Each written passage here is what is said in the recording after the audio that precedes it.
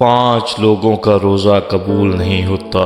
سود لینے والا اور سود دینے والا دونوں جہنمی ہیں۔ کبھی بھی اپنی اولاد کو حرام کا لقمہ نہ کھلائیں۔ حرام کا لقمہ کھلانے سے اولاد میں حیا ختم ہو جاتی ہے اور ان میں حیا نہیں رہتی، اور اولاد بڑی ہو کر والدین کی عزت نہیں کرتی اور ایسا گناہ کرتے ہیں کہ جن سے والدین کا سر شرم سے جھک جائے۔ بندہ اگر مومن ہو اور وہ فجر کی نماز نہ پڑھے، صحابہ کے دور میں اگر کوئی فجر کی نماز اور عشاء کی نماز نہیں پڑھتا تھا تو وہ کہتے تھے کہ یہ بندہ ہے ہی منافق۔ بندہ مومن ہو اور وہ فجر کی اور عشاء کی نماز نہ پڑھے۔ ایک فقیر نے کسی جنازے میں شرکت کی تو جب میت کو دفن کرنے لگے، تدفین کرنے لگے، تو اس فقیر نے لوگوں سے پوچھا کہ اگر یہ مرنے والا دنیا میں دوبارہ آ جائے تو یہ کیا کرنا پسند کرے گا؟ کسی نے کہا یہ استغفار کرنا پسند کرے گا، کسی نے کہا یہ قرآن پڑھنا پسند کرے گا، کسی نے کہا یہ توبہ کرنا پسند کرے گا، کسی نے کہا یہ اللہ کے حضور سر جھکانا پسند کرے گا، نماز پڑھنا پسند کرے گا۔ یہ سن کر فقیر کی چیخ نکل گئی اور وہ کہنے لگا، اے نادانو، مرنے والا تو یہ کام نہیں کر سکا، تم ضرور کر لینا۔ مرنے والا تو نماز نہیں پڑھ سکا، تم ضرور پڑھ لینا۔ مرنے والا تو روزہ نہیں رکھ سکا، تم ضرور رکھ لینا۔ مرنے والا تو قرآن نہیں پڑھ سکا، تم ضرور پڑھ لینا۔ پوچھا گیا وہ کون سے 5 گناہ ہیں جن کے کرنے سے نماز قبول نہیں ہوتی؟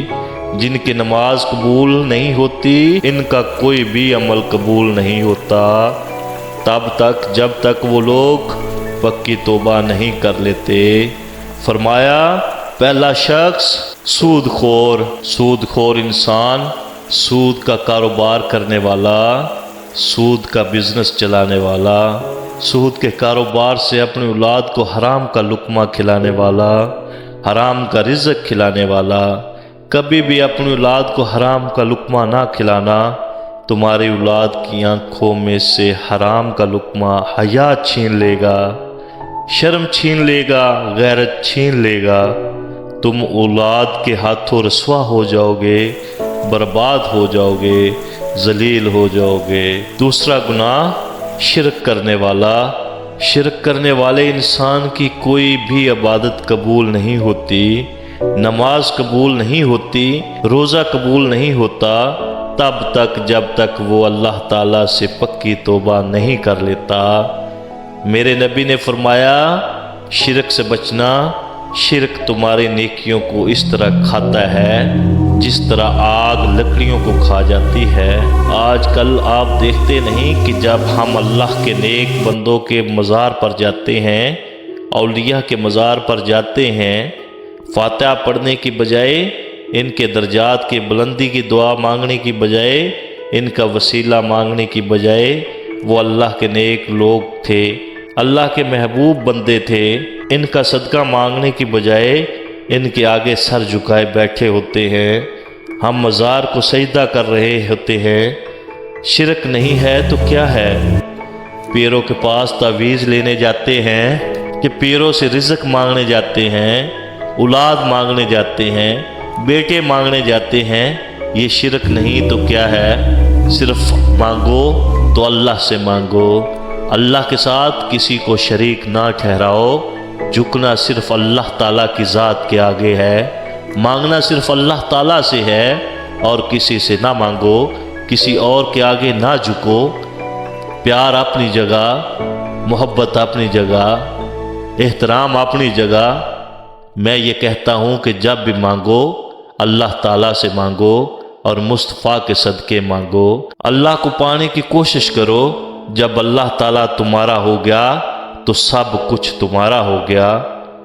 شیخ سعدی فرماتے ہیں کہ میں نے ایک اللہ والے کو دیکھا، وہ چیتے کے اوپر سوار تھا اور سانپ کو اپنے ہاتھ میں پکڑا ہوا تھا اور سانپ کو اپنی لاٹھی کی جگہ استعمال کر رہا تھا۔ میں نے جب دیکھا تو میں حیران رہ گیا کہ چیتا بھی انسان کا دشمن اور سانپ بھی انسان کا دشمن، ان دونوں کی انسان کے ساتھ کیسے صلح ہو گئی؟ میں نے اللہ والے سے پوچھا کہ یہ چیتا بھی انسان کا دشمن اور سانپ بھی انسان کا دشمن، ان دونوں کی تمہارے ساتھ کیسے صلح ہو گئی؟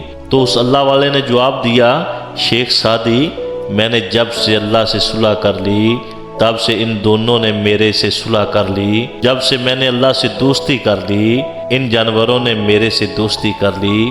فرمایا رب کو پانے کی کوشش کرو، جب رب تمہارا ہو گیا تو سب کچھ تمہارا ہو گیا۔ تیسرا گناہ والدین کا نافرمان، والدین کو دکھ دینا، والدین کو تکلیف دینا۔ فرمایا یہ بہت بڑا گناہ ہے، اس طرح کے لوگوں پر اللہ تعالیٰ کی طرف سے قہر پڑتا ہے، اللہ تعالیٰ کی طرف سے عذاب برستا ہے۔ کوشش کرنی چاہیے کہ ماں باپ کو کوئی تکلیف نہ پہنچے تمہارے کسی عمل سے۔ فرمایا چوتھا عمل، ایسی عورت جو اس حال میں رات کو گزارے کہ اس کا شوہر اس پر ناراض ہو، اس کا شوہر اس پر خفا ہو، ایسی عورت کی نماز بھی قبول نہیں ہوتی جب تک کہ وہ اپنے شوہر کو راضی نہیں کر لیتی۔ فرمایا رات آنے سے پہلے پہلے ہی آپس میں صلح کر لیا کرو اور نفرتیں ختم کر لیں، کہیں ایسا نہ ہو کہ پوری رات اللہ تعالیٰ کے غضب کا نشانہ بنتے رہو۔ اس لیے میں کہتا ہوں نفرتوں کو کاٹ دو، نفرتیں مٹا دو، محبتیں بڑھاؤ۔ اور فرمایا پانچواں گناہ غیبت کرنے والا۔ غیبت کرنا بھی اللہ تعالیٰ کے نزدیک بہت بڑا گناہ ہے۔ ایک کی بات دوسرے کو کرنا، دوسرے کی بات پہلے کو کرنا اور پھر دونوں کو آپس میں لڑانا اور لڑا کے پھر وہ تماشا دیکھنا۔ ویسے تو اللہ تعالیٰ ہمیشہ قریب ہوتا ہے، لیکن رمضان کے مہینے میں اللہ تعالیٰ بہت قریب ہوتا ہے۔ اللہ تعالیٰ 7ویں آسمان سے پہلے آسمان پر آ جاتا ہے اور دنیا پر اپنی رحمت فرماتا ہے، اور ہر رحمت کا نزول ہوتا ہے۔ اللہ تعالیٰ فرماتا ہے کوئی مجھ سے ہے بخشش طلب کرنے والا، میں اس کو بخش دوں۔ ہے کوئی مغفرت طلب کرنے والا، آج میں اس کی مغفرت کر دوں۔ ہے کوئی توبہ کرنے والا، آج میں اس کی توبہ قبول کروں گا، آج میں اس کی توبہ قبول کر لوں۔ کوئی ہے کوئی مجھ سے حلال رزق طلب کرنے والا، آج میں اس کو رزق عطا کروں۔ میں دعا کرتا ہوں کہ اللہ تعالیٰ ہمیں ان 5 گناہوں سے بچنے کی توفیق عطا فرمائے اور ان گناہوں سے توبہ کرنے کی توفیق عطا فرمائے۔ آمین ثم آمین۔